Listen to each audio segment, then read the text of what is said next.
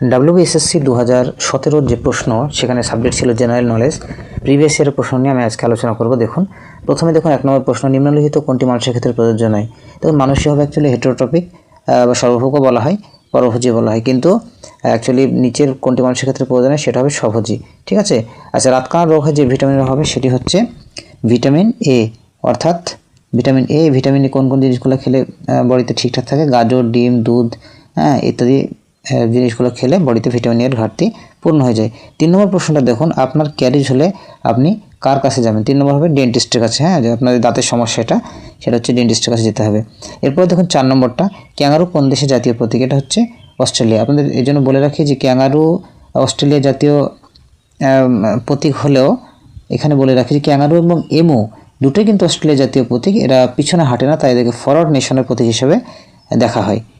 পরে দেখুন পরের প্রশ্ন, 5 নম্বর প্রশ্ন দেখুন, টোফু কিসের থেকে তৈরি হয়? আসলে টোফু হচ্ছে সয়াবিন দুধের দই। এটা বিন কার্ড নামে পরিচিত। এটা যে হাই প্রোটিন একটা ভেজ ফুড, ভেজ ফুড। আচ্ছা, 6 নম্বর প্রশ্নটা দেখুন, পৃথিবীর সবথেকে গভীরতম হ্রদ। পৃথিবীর সবথেকে গভীরতম হ্রদ হলো বৈকাল হ্রদ। এই বৈকাল হ্রদটি অবস্থান করছে রাশিয়ায় এবং এর গভীরতা হচ্ছে 1642 মিটার। এটা বিশ্বের গভীরতম হ্রদ। আচ্ছা, 7 নম্বর প্রশ্নে দেখুন, কোন স্তন্যপায়ী প্রাণী ডিম পাড়ে? এখানে দেখুন কোন স্তন্যপায়ী ডিম পাড়ে? এটা হবে কি মনোট্রিম, অর্থাৎ হংসচঞ্চু। এটা ডিম পাড়া স্তন্যপায়ী প্রাণী। এটা অস্ট্রেলিয়াতে পাওয়া যায়। 8 নম্বর প্রশ্নটা দেখুন, ভারতের সংবিধানের মুখ্য স্থপতি কাকে বলা হয়? এটা আমরা সবাই জানি, ডক্টর বি.আর. আম্বেদকর বলা হয়, father of constitution. And drafting committee তিনি কিন্তু চেয়ারম্যান ছিলেন, এটা মনে রাখবেন। আচ্ছা, 9 নম্বর প্রশ্নটা দেখুন, নিচের নিম্নলিখিত কোন রোগটির কারণ ব্যাকটেরিয়ার সংক্রমণ নয়? দেখুন এই 9 নম্বর প্রশ্নটার ক্ষেত্রে বলি অ্যান্সার হবে এ, আমাশয়। অ্যান্সার হবে কি? অ্যান্সার হবে এ, আমাশয়। এখানে বলে রাখি যে অ্যামিবা দ্বারা হয়, এটা প্রোটোজোয়া ঘটিত আর কি। তো এখানে একটা কথা বলি যে যেটা আছে টাইফয়েড, কলেরা এবং ডিপথেরিয়া, এই তিনটি কিন্তু ব্যাকটেরিয়া দ্বারা হয়। এটা আমাদেরকে মনে রাখতে হবে। 10 নম্বর প্রশ্নটা দেখুন, 10 নম্বর প্রশ্নটা হচ্ছে বিগ ব্যাং থিওরি বিবৃত করে। সেটা কি?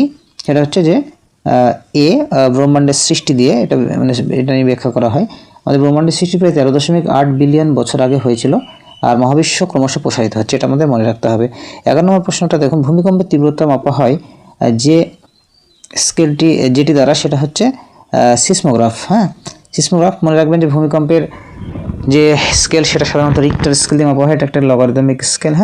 এক মাত্রা বাড়লে কম্পনের মাত্রা প্রায় 10 গুণ হয়ে যায়। আচ্ছা, এখানে দেখুন 12 নম্বর প্রশ্নটা আছে যে পর্ণমোচী গাছে কি হয়? দেখুন আমরা চলে আসলাম যে 12 নম্বর